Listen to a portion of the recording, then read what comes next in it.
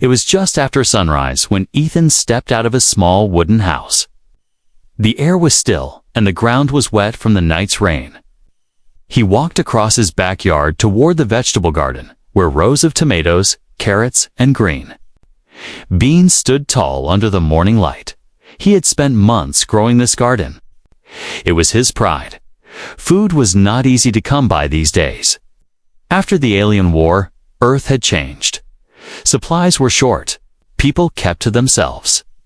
Aliens were allowed to live here now, but most humans didn't trust them. Ethan bent down to check. A tomato plant hand. Then he heard it. A rustling sound. He froze. The noise came from the far side of the garden, near the fence. Quiet, but not the sound of wind or birds. It was something, or someone. Ethan moved slowly, careful not to make noise, as he stepped around a bush. His eyes caught a figure crouched low between two tomato plants. It was a woman. No, not a human woman.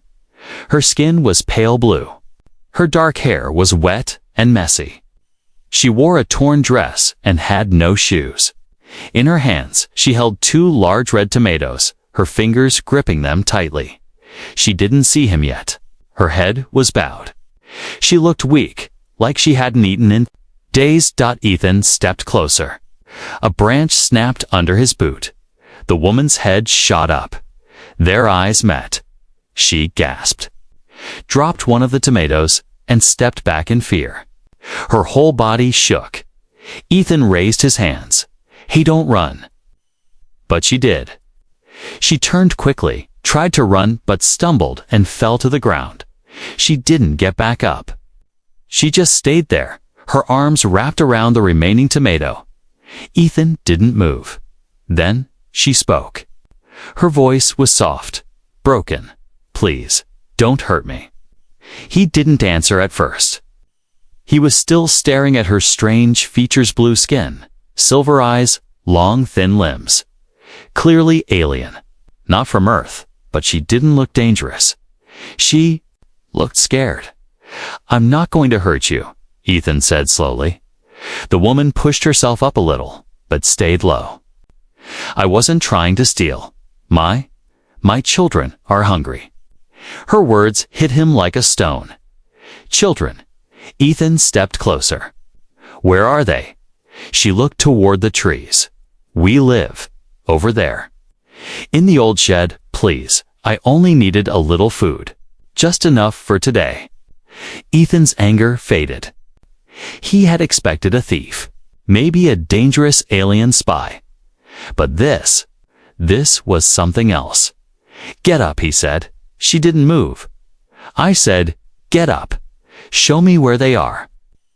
She slowly stood, holding the tomato to her chest like it was made of gold. She limped slightly. Her legs were thin and bruised. Her feet were cut. Ethan didn't speak again. He just followed her through the tall grass, past the trees, and toward a small broken shed at the edge of the forest. The door creaked open. Inside, two small shapes sat huddled together under a thin blanket. Alien children. Their skin was also blue, but lighter. One was maybe 5 years old, the other even younger. Their eyes were wide and empty. No smiles, no laughter. The woman stepped in and placed the tomato gently on the floor in front of them. Both children stared at it like it was treasure. "I told you," she whispered to Ethan without looking back. "My children are starving." Ethan felt something shift inside him. This wasn't just a story. It was real. The children weren't acting. Their bones showed through their skin. They looked too weak to even cry. He stepped back from the doorway and took a deep breath. "I'll bring more food," he said. "But you can't keep coming to my garden." The woman looked up at him. Her lips trembled. "Thank you." He turned and walked away. His mind was spinning. He didn't trust aliens. No one did. But something about her, about those children. It broke through his walls. As he walked back toward his home, he looked over his shoulder. The woman was still standing. at the shed's entrance, watching him. Not with fear anymore, but with something else. Hope he didn't know what he was getting into. But one thing was clear. This wasn't just about vegetables. This was about survival. And maybe, just maybe, about something even more human than that - mercy. Ethan didn't sleep that night. He kept turning in his bed, thinking about the alien woman and her children. Every time he closed his eyes, he saw their faces thin, hollow, and quiet. Not begging, not crying. Just sitting there like they had already given up. The next morning, he packed a small bag with bread, apples, and water. He added a few warm blankets, too. The wind was cold these days, and the children had nothing. He walked through the trees, following the same path the woman had taken the day before. The grass was still pressed where her bare feet had stepped. When he reached the shed, he paused. He wasn't sure why he felt nervous. Maybe because this was the first time he had ever tried to help someone since the war. Or maybe because the woman wasn't human. But he knocked gently. The door creaked open slowly. She was there, still kneeling near the children. Her eyes widened when she saw him. "I brought food," Ethan said. The woman stood slowly, keeping her body between Ethan and the children like a shield. "You didn't have to," she whispered. "I know," he replied, handing her the bag, "but I wanted to." She looked inside. Her hands shook. She pulled out the bread and held it gently like it might vanish. Then she gave it to the children. They didn't grab it. They waited until she nodded. Then they ate slowly, carefully, like they were afraid to eat too fast. Ethan stepped inside. The shed smelled like damp wood and old rust. A broken chair leaned in the corner. A wet towel hung from a rope. There was nothing else. "You've been here long?" he asked. The woman nodded. 10 days, maybe more. "We came looking for help. But no one wanted us." Ethan sat on a crate. "Why not go to the refugee center in town?" Oh, they turned. "US away," she said, her voice dry. "My species is not accepted." He frowned. "That's not right." She gave a sad smile. "It is what it is." Ethan looked at the children. "What are their names?" She hesitated. "The little one is Rala. The older boy is Tevan. And you?" She looked down. "My name is Senna." Sina, the name stayed in his head.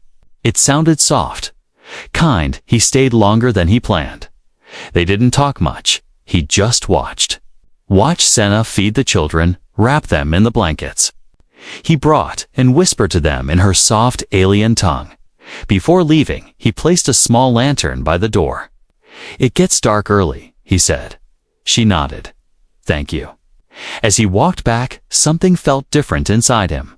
He had never been the type to get involved in others' lives. Especially not aliens, but those kids. They weren't dangerous. They were just hungry. The next day, he returned again with more food and some clothes. And the next day after that, each time, Sina greeted him with quiet eyes and gentle words. She didn't ask for more. She only took what was given. The children started to change. Rala smiled when Ethan handed her an apple. Tyvon spoke a few words in broken English. They even laughed once, just once, but it was real. It made Ethan smile too. One evening, while Sina was cleaning a cut on Tivan's leg, she asked, "Why are you helping us?" Ethan thought for a moment. "I don't know." "Maybe because no one else would." She looked at him. Her eyes were soft, glowing slightly in the dim light. "Humans don't usually help my kind." "I'm not most humans," Ethan said. There was silence again, but this time it was comfortable. Later that night, as Ethan returned home, he saw movement near the edge of the woods. A shadow, then it disappeared. He felt a chill run down his spine. Was someone watching? Had someone followed him? The next morning, he found boot prints in the mud behind his house. Not his, not Senna's. Someone knew. Someone had seen him helping the alien woman and her children, and Ethan knew. Things were about to get complicated. The boot prints didn't vanish overnight. Each day, Ethan noticed new ones, some deeper, some wider. Someone was circling his land. Watching, he tried not to panic. But deep down, he knew he had broken an unspoken rule. Helping aliens, especially unregistered ones, was risky. The town wasn't kind to outsiders. Most saw aliens as trouble, disease, or worse. Still, he couldn't stop. He couldn't forget the way Rala's tiny fingers had clung to the apple. Or how Tyvon had asked, "Will you come back tomorrow?" So Ethan returned to the old shed again. He brought canned soup, bandages, even a small toy for the boy. Sina opened the door quickly this time, her eyes full of worry. She grabbed his sleeve. "You were followed." Ethan stepped inside fast. "I know." She moved the children to the back wall and pulled a piece of old cloth across the opening. "Hiding them. We must leave," she said, trembling. "They'll take us." "Who?" Ethan asked. "The soldiers," she whispered. "They took others. From the camps, from the streets." He stared at her. "There aren't supposed to be raids anymore." "There are," she said. "They just don't talk about them." Ethan sat down heavily. "Tell me everything, Sina. I want to understand." She looked down, took a deep breath, and began. Her world was once rich, full of beauty. Green oceans, floating cities, and endless sunlight. Her people were peaceful traders, builders, singers. Then the war came. The invasion didn't start with guns. It started with hunger. Another species, stronger and faster, came to take their resources. Her people couldn't fight back. When Earth sent help, it was already too late. Half of her world burned. The survivors fled to the stars. Senna was one of them. Her ship was supposed to land in a refugee colony, but it was rerouted. Some humans didn't want more aliens. They said Earth had helped enough, so her ship was dropped in a forgotten zone, with no shelter, no food, no support. "We waited," she said. "We waited for help. It never came."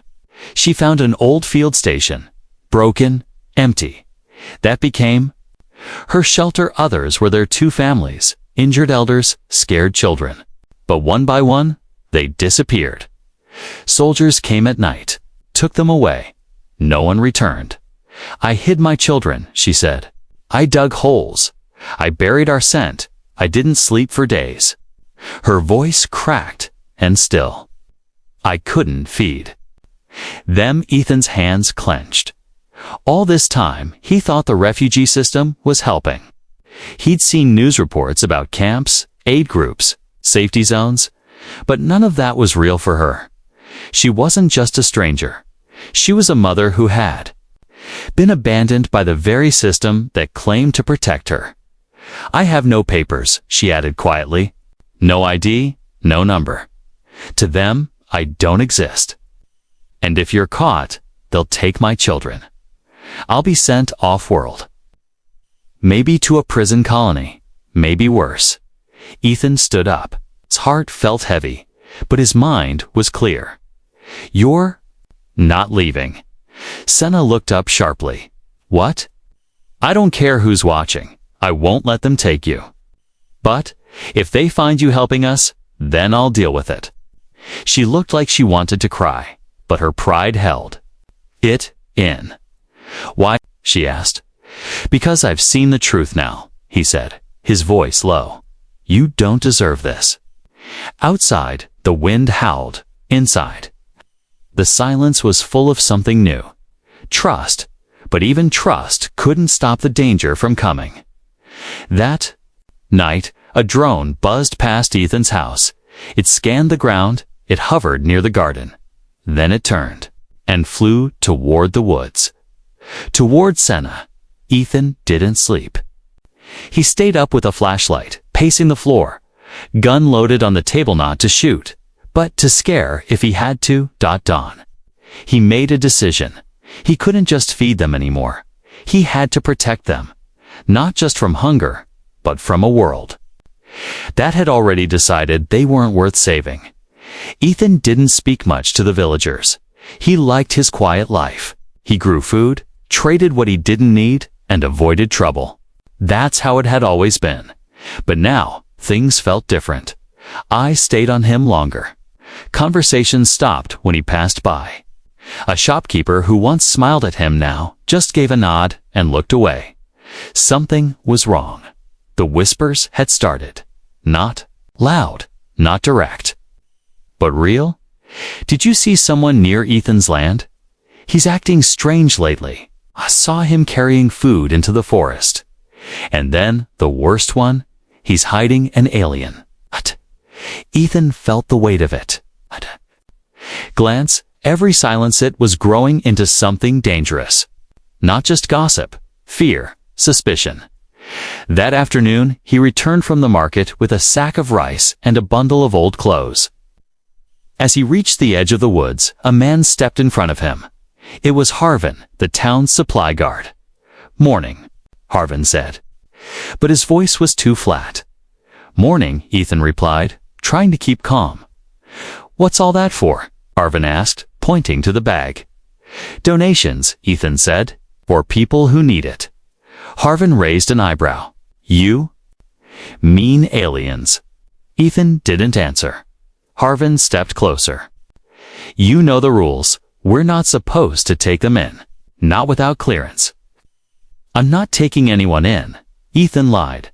Harvin stared at him, then smiled. "Just be careful. Rules are rules. Wouldn't want trouble, right?" Ethan forced a smile. "Right?" But his heart was racing. That evening, he went to the shed. Senna was waiting.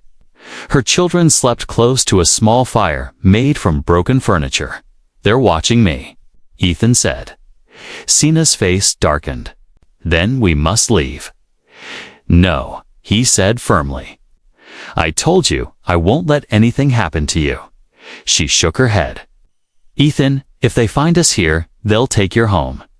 Maybe worse." "I don't care." She reached for his hand. "But I do." Her fingers were cold, thin, but strong. He didn't pull away.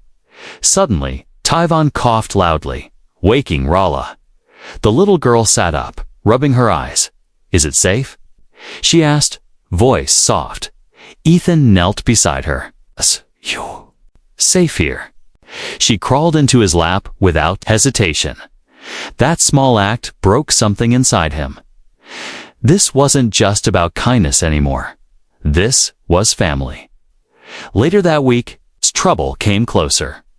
Two men from the town arrived on Ethan's land. T saw them. From the window, walking slow. Like they were pretending to stroll, but they weren't smiling. They were searching. Ethan met them near the garden. "Evening," he said. One man nodded. "Just passing by. Mind if we take a look around?" "Yes," Ethan said calmly. "I do mind." The other man stepped forward. "We got reports. Unusual movement on your property. You hiding someone."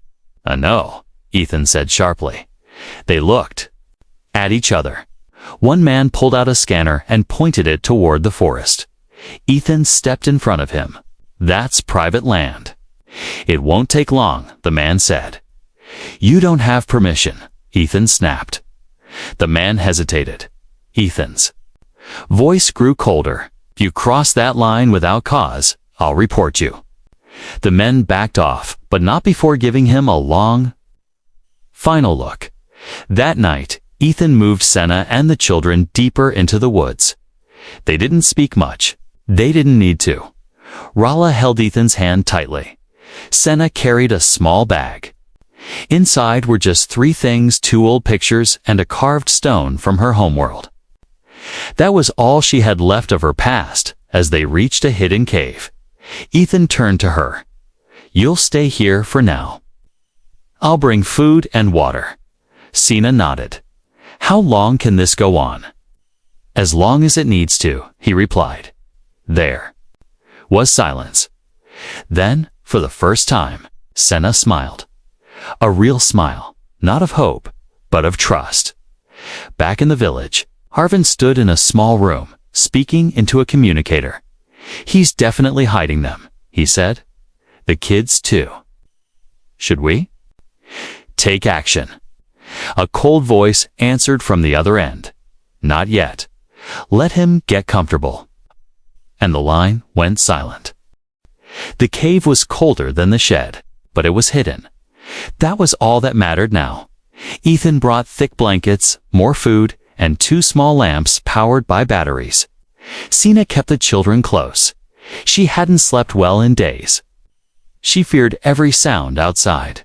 Every branch snap felt like a soldier's boot. But Ethan kept coming. He didn't just bring supplies, he brought warmth. He sat with the children, told stories, even made Rala giggle with silly faces. And Senna, Chse, had started to breathe. Easier when he was around. But peace never lasts long. One cloudy evening, Ethan left the cave early to get water from the nearby stream. He walked quietly, as always, careful to avoid leaving any clear trail. He didn't notice the shadow watching him from the trees. Not until it was too late when he returned with the water jug. He stopped at the entrance. Something was wrong. No sound, no laughter, no firelight. He stepped in and froze. A stranger stood inside the cave. Not a soldier, not from the village, but alien. He was tall and wore a ragged gray coat. His skin was the same shade of blue as Senna's, but older, weathered. Scars ran across his arms. One eye was dull and colorless. A long metal rod was strapped to his back. Tivan and Rala were hiding behind a rock. Sina stood between the stranger and the children, her arms wide. Her voice shook. Stay back. The old alien raised his hands. I don't mean harm. I was passing nearby. I smelled fire. I haven't seen my own kind in months. Ethan stepped forward, placing the water down. Who are you? The man looked at him, surprised. A human? You're helping her? Yes, Ethan said without blinking. Answer the question. The old alien gave a small bow. My name is Vaughn. I once served in the resistance. But after the war, Earth dumped me in Zone 12. Like trash. Senna narrowed her eyes. Zone 12. That place was burned. I escaped, Varn said, his voice low. But barely. He looked at the children. I had a son, but he didn't make it. When I saw her, your daughter, she reminded me of him. Sina's hands dropped slowly. Why are you here now? Ethan asked. I'm hunted, Varn replied. Like her. Like many of us, the camps are just cages. If we don't disappear, we're erased. Ethan's jaw tightened. Then why did you come? To warn you, Varn said. You think you're hiding her well, but they know. Senna gasped. Oh, the enforcers, Varn whispered. They've set a drone net around the outer zone. They're watching anyone who shows kindness to refugees. Ethan's stomach turned. How long? Maybe days, maybe hours. Senna looked at Ethan, her eyes wide with fear. What do we do now? She whispered. Ethan stayed silent for a long time. Then he spoke with calm determination. We move again. Where? Varn asked. The forests are crawling with sensors. Not the forest, Ethan said. My barn. Senna blinked. That's too close to the village. Exactly, Ethan said. No one will expect it, and I can keep watch from my house. It's safer now than the woods. Varn hesitated. You're risking everything. I know, Ethan said. But I already made that choice. Later that night, with Varn's help, Ethan led Sina and the children through a secret path he knew well. Under old wooden bridges, behind dried riverbeds, through thick bramble. The stars above gave little light. The children were silent the whole way. By midnight, they reached Ethan's barn. It was old, half broken, but dry and safe. Ethan had cleaned it out days ago, just in case. He placed soft hay on the ground, added blankets, and nailed metal sheets over the cracks to block the wind. Senna sat with the children near the corner, wrapping them in warmth. Rala clung to her stuffed cloth doll one Ethan had made using old rags. Varn stood near the door, watching, listening. Ethan handed him a lantern. "You stay up tonight. Wake me if anything moves." Varn nodded. "You're a strange human." "Maybe," Ethan replied, "but I'm not heartless." As Ethan returned to his house, something burned inside him. Anger, not at Senna, not at Varn, but at the world that pushed mothers and children into caves. That made kindness feel like a crime. He stood by his window, staring at the dark hills. They would come, but this time he'd be ready. Rain fell hard the next morning. Thick drops pounded the roof of Ethan's house. The sky was dark, and wind shook the trees. But inside, Ethan stood still, staring at the screen on his old communication terminal. A message blinked again and again. Mandatory inspection notice zone. 8 property, 24 hours. It was official. The enforcers were coming, and they weren't coming for T. in the barn. Sina braided Rala's hair, trying to calm the little girl. Tivan sat close to Varn, learning how to hold a wooden stick like a blade. It wasn't play, it was fear turned into preparation. Ethan stepped inside, soaked from the rain. His face was pale, but his voice steady. "They'll be here tomorrow, midday." Senna looked up to search. He nodded. Everything. The barn fell silent. Even the wind outside seemed to pause. "We can leave," Senna said quickly. "Tonight, we'll run." "To where?" Titha asked. "You think they won't track you again?" Varn stood. "She's right. If they search this place and find us here, they'll arrest you too." "I don't care," Ethan said. "You should," Senna snapped. "You helped us. That's enough. You shouldn't lose your life because of me." Ethan walked to the corner and sat on a crate.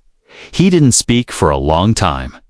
Then he said softly, "I lost someone once. My sister. During the first alien conflict, she helped one of your kin, just like this, but she didn't make it." Sina's breath caught. She believed that helping even one soul was worth dying for. He continued, "I didn't understand then. I thought she was foolish." He looked up, his eyes wet. "But now I understand." He stood and looked at them one by one. "You are not a burden. You are not a danger. You are a family, and I won't let the world erase you." That night, Ethan made a choice. He didn't hide the aliens. He brought them into his house. The warm fire burned in the living room. Blankets were laid out. Rala curled up on the couch, smiling in her sleep. Tivan looked out the window, counting the stars. Senna sat at the edge of the room, holding a cup of tea with both hands. Varn stayed near the door, always alert, always ready. Ethan locked the front gate. Then he opened his terminal and sent a message to the council, to the enforcers, to everyone. "I have 3 alien refugees in my home." The message began. "They are not criminals. They are not spies. They are survivors. I have seen their hunger. I have seen their pain. And I choose to protect them. If you want to take them, you'll have to come through me." He pressed send. Senna stood slowly. "Ethan, what have you done?" "I've made my stand," he replied. "You could be arrested, or worse." "I know," he said. "But if everyone keeps hiding, nothing changes." She looked at him, tears in her eyes. "You didn't have to do this." "I did," Ethan whispered. "Because you matter." The next morning, the enforcers came. Black vehicles, gray uniforms. Heavy boots on wet ground. But the gate didn't open with force. Ethan opened it himself. He stood tall alone. The officer at the front stepped forward. "Where are they?" "In here," Ethan said. "But you're not taking them. You admit they're here?" "Yes," the officer raised a hand. His soldiers moved closer. But before he could speak again, another voice rang out. "No need." A man in white robes stepped from a smaller vehicle. "A council member. I received Ethan's message," the man said, "and I came myself." The soldiers froze. "I've read the reports," the man continued, "about the raids, the cruelty, the cover-ups." He turned to the officer. "Step down." The officer hesitated, then slowly lowered his weapon. Ethan's eyes narrowed. "Why are you helping?" The councilman smiled. "Because one man stood up when others stayed silent." He looked toward the house. "And because it's time we remember that kindness is strength." That day, everything changed. The inspection turned into an interview. The enforcers left, the children stayed, and the message Ethan sent. It spread across villages, across zones, across borders, and others began to speak. One voice had started it. One choice had lit the fire. The storm had passed. For the first time in many days, sunlight touched the wet earth around Ethan's home. The garden glowed again. Tomatoes shimmered in the light, their red skins unbroken, untouched. Life was returning not just to the soil, but to the people inside the house. Laughter echoed. Rala was chasing Tyvan around the table, a scarf tied like a cape around her shoulders. She shouted something in her own alien language, and Tyvan responded with a loud laugh that made Ethan smile from across the room. Sina was in the kitchen, her hands gently washing vegetables in the sink. Her hair was cleaner now, her clothes fresh. There was still tiredness in her eyes, but now it was wrapped in peace. Ethan stood in the doorway, quietly watching. He had been alone for years. Now his home was full. That afternoon, something strange happened. People came, not soldiers, not enforcers, villagers. One by one, they walked up to his house. Some brought bread, others brought tools. A young couple brought warm clothes and a basket of oranges. They stood silently, unsure what to say. Ethan stepped out, unsure what to expect. Then old Miss Tally, the baker, walked forward. "I saw the message, saw the children's faces in the broadcast." She looked past him to the window, where Rala's small face peeked out. "That little girl looks just like my niece did." Ethan blinked. "You're not afraid?" "Of what?" she asked. "Of kindness." Others nodded. The crowd was small, but it was real.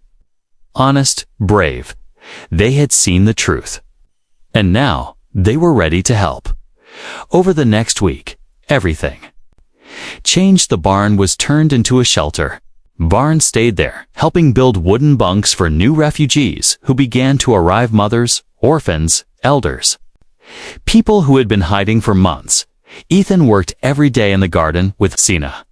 She learned how to plant beans and tie up vines. She laughed when the dirt stuck under her nails. Tivan helped repair the fence. Rala drew pictures of the house, the garden, and the stars. One of her drawings showed a stick figure with short brown hair then standing between her and a giant gray soldier with a red X over his head. A week later, reporters arrived. Not from the town. From the city. They asked Ethan why he did it, why he risked everything for a woman and 2 alien children. He simply said, "Because no one else did." That quote went viral across planets, across species. Because no one else did. It became a symbol. The government was forced to listen. The refugee laws were reviewed. Secret raids were stopped. Relief began to reach forgotten zones. Ethan's small act lit a fire. One evening, the stars filled the sky. Senna sat beside Ethan on the porch. The children were asleep. The wind was gentle. She looked at him for a long moment. "You gave us more than food," she said. "You gave us dignity." "You gave it to yourselves," Ethan replied. She touched his hand gently. "No, you reminded us we were still worth saving." Ethan didn't speak. He just held her hand tighter. They sat in silence, the peaceful kind, for the first time in a long time. Both believed in tomorrow, far beyond the village. In a dark sector of a distant city, a little alien boy watched a video on a cracked screen. It showed a human standing beside a blue-skinned woman. He turned to his mother and said, "If he can, help them. Maybe someone will help us too." Hope spread like wildfire, and all of it had started with a tomato dot and a human who said yes when the world said no.